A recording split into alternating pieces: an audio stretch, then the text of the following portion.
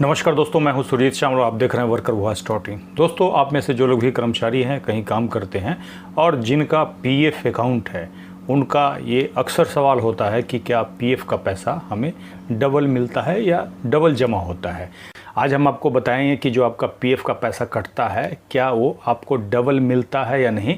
इसके लिए हम एक पीएफ पासबुक को कैलकुलेट करके देखेंगे कि कैसे हम उसको कैलकुलेट करते हैं और कैलकुलेट करने के बाद डबल होता है कि नहीं। इसके लिए आपसे अनुरोध है, इस वीडियो पे अंत तक बने रहें और अगर आप हमारे चैनल पे नए हैं तो जल्द से जल्द इसको सब्सक्राइब कर लें, बेल आइकन को जरूर क्लिक करें ताकि हम इस चैनल पर वर्कर से संबंधित जो भी वीडियो अपलोड करें उसका नोटिफिकेशन आपको सबसे पहले प्राप्त हो। आइए दोस्तों, हम इसको स्टेप बाय स्टेप करके जानते हैं, लेकिन उससे पहले वीडियो को लाइक जरूर कर दें। दोस्तों, अगर आप किसी ऐसे कंपनी में काम करते हैं जहां 20 या 20 से अधिक कर्मचारी काम कर रहे हैं, तो ऐसी स्थिति में आपकी कंपनी को ईपीएफओ के पास पंजीकरण अनिवार्य होता है, जिसमें कि यदि आपकी सैलरी में क्या बेसिक प्लस डीए दोनों को मिलाकर के 15,000 होना चाहिए या फिर उससे कम होना चाहिए। ऐसे में आपकी कंपनी आपका पीएफ खाता खोलने के लिए बाध्य है। अगर आपकी कंपनी पीएफ का खाता नहीं खोल रही है और जो कंडीशन मैंने बताया है वो आपके ऊपर लागू होता है, तो आप अपने एरिया के पीएफ कमिश्नर ऑफिस में लिखित शिकायत कर सकते हैं। लेकिन जब भी शिकायत करें तो लिखित करें और साथ में जो मैंने बेसिक और डीए वाला जो फॉर्मूला बताया है वो उसका अगर प्रूफ है तो वो ज़रूर उसके साथ अटैच करें। अब इसके बाद जैसा कि आपका पीएफ का खाता खुल गया, तो अब आपको ये जानना ज़रूरी है कि आपका कितना पैसा कटेगा।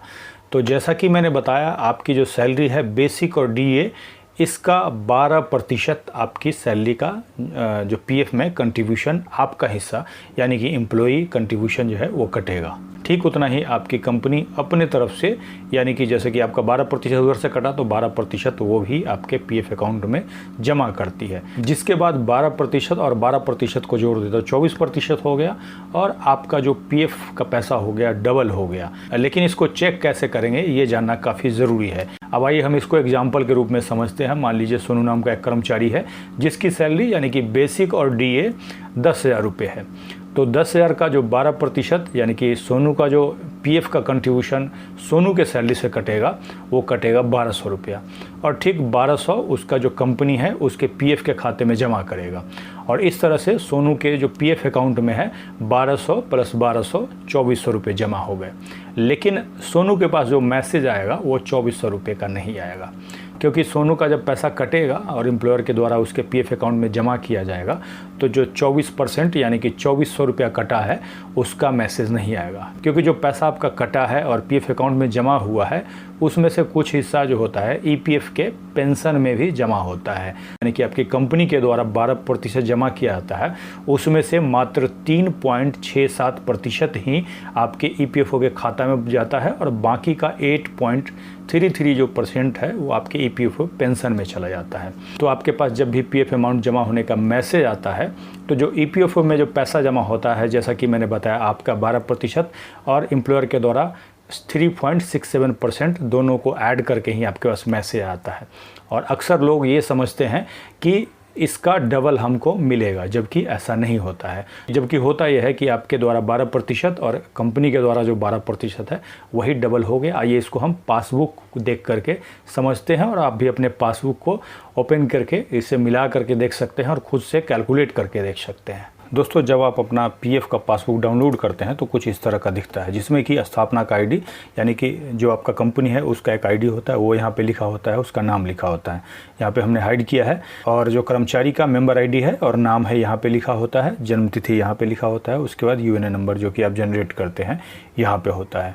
उसके बाद आप देख रहे होंगे 2019-2020 का ये पासबुक है किसी कर्मचारी का, जिसमें कि अलग अलग कॉलम्स है, जैसे कि आपका किस महीने का वेतन है इस वाले कॉलम में है।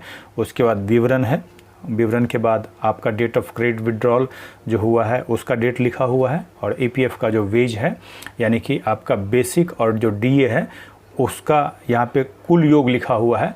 और यहाँ पे ईपीएस वेज यानी कि 15,000 पे लिमिट होता है, वही यहाँ पे लिखा हुआ है। आपका यानी कि कर्मचारी का जो कंट्रीब्यूशन है इस वाले कॉलम में है, एम्प्लॉयर का जो कंट्रीब्यूशन है इस वाले कॉलम में है।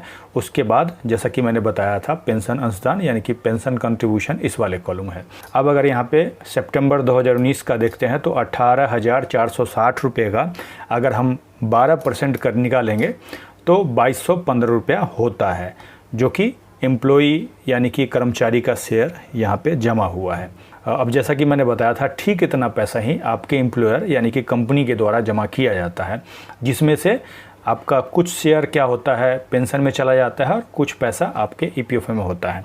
अब यहाँ दोनों को ऐड करके देखेंगे, 965 को मैं साथ में कैलकुलेटर भी खोल लेता हूँ। अब यहाँ पे जो एम्प्लॉयर यानी कि आपकी कंपनी का जो शेयर है 965, और इसको प्लस करेंगे जो आपके पेंशन में पैसा जा रहा है 1250 रुपये से 1250, और इसको इक्वल टू करेंगे तो 2215 यानी कि 12% आपका हुआ और 12% जो हुआ आपकी कंपनी का हुआ। अब हम चेक करके देखेंगे जो पेंशन में जो पैसा जा रहा है वो सही जा रहा है कि नहीं।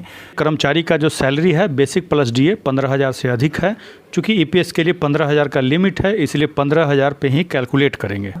1000 का 8.33 और भागा 100, इसको करने से 1249 रुपया 50 पैसा, यानी कि इसको राउंड फिगर में 1250 रुपया सही है।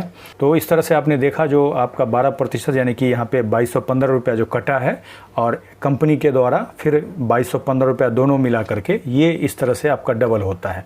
लेकिन जो मैसेज आता है आपको केवल ये वाला अमाउंट और ये वाला अमाउंट मिला करके ही मैसेज आता है, तो इसलिए कभी ये समझने की भूल ना करें कि जो ये वाला मैसेज आ रहा है इसका डबल मिलेगा, बल्कि आपका जो पैसा कट रहा है इसका डबल होता है। लेकिन ये वाला पैसा का लाभ आपको कब मिलेगा, तो ईपीएफ पेंशन के लिए जब कर्मचारी किसी एक कंपनी में या फिर अलग अलग कंपनी में 10 साल की सर्विस पूरी कर लेता है तो पेंशन का हकदार हो जाता है। जब वो अपनी उम्र 58 साल पूरी कर लेता है उसके बाद वो पेंशन का लाभ ले सकता है। दोस्तों, इसके बाद उम्मीद करूंगा कि आपका जो कन्फ्यूज़न है वो भी दूर हो गया होगा और इसको आपने सही तरीके से समझ लिया होगा।